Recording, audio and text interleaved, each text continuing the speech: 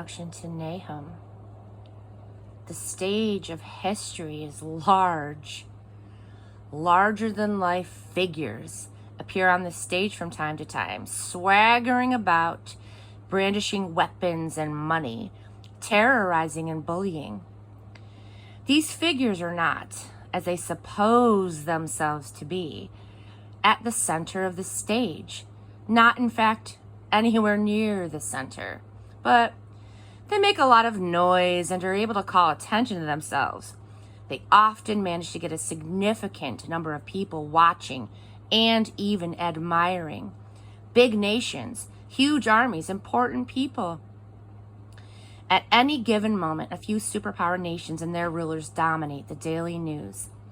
Every century, a few of these names are left carved in its park benches, marking rather futile and, in retrospect, pitiable attempts at immortality.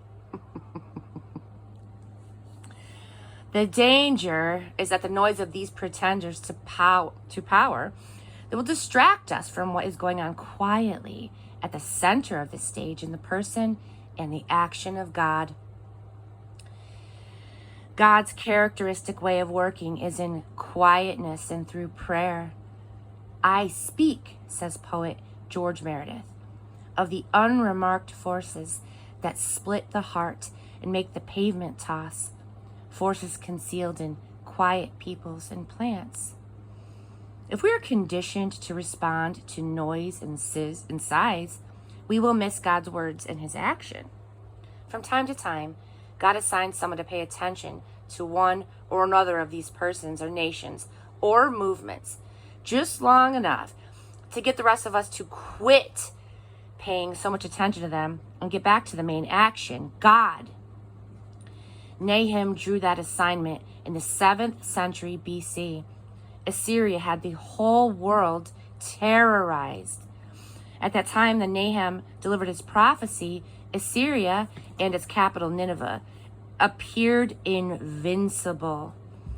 A world free of Assyrian domination was unimaginable. Nahum's task was to make it imaginable, to free God's people from Assyrian paralysis, free them to believe in and pray to a sovereign God.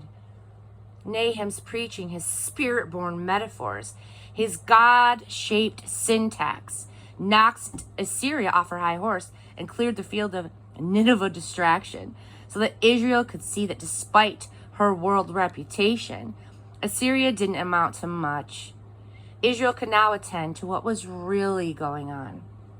Because Nahum has a single message, doomed to Nineveh and Assyria, it is easy to misunderstand the prophet as simply a Nineveh hater. But Nahum writes and preaches out of the large context in which Israel's sins are denounced as vigorously as those of any of her enemies. The effect of Nahum is not to foment religious hate against the enemy, but to say, don't admire or be intimidated by this enemy. They are going to be judged by the very same standards applied to us. Who's this from? Nahum used some of the most graphic imagery in the Bible. He pulled out all the stops in mocking Assyria, but his message was aimed at Israel. Who's this to? Just before Jeremiah started to warn God's people to turn their attention back to God before it was too late, Nahum cleared the deck. Nahum said they should stop obsessing about Assyria. Jeremiah told them that they'd better worry about what they had better worry about instead. In the past, God had used Assyria as his paddle to smack some sense into them, but all they had learned was to fear Assyria. They thought that everything depended on their control, their resources, their schemes, their money, connections, luck. They couldn't see that God could blow away Assyria like dandelion fluff while raising up another tool, Babylon. Their only hope was to quit maneuvering and to trust him.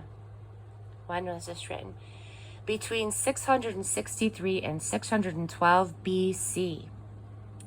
Nahum 3:8 refers to Assyria's brief conquest of Egypt. By this time, Egypt was a faded rose. Egyptian artists, nostalgic for the nation's glory days, imitated the art of the Old and Middle Kingdoms well enough to trick modern experts. Pharaoh Shabaka tried to reinstate pyramid burials, which hadn't been done for nearly 1,000 years.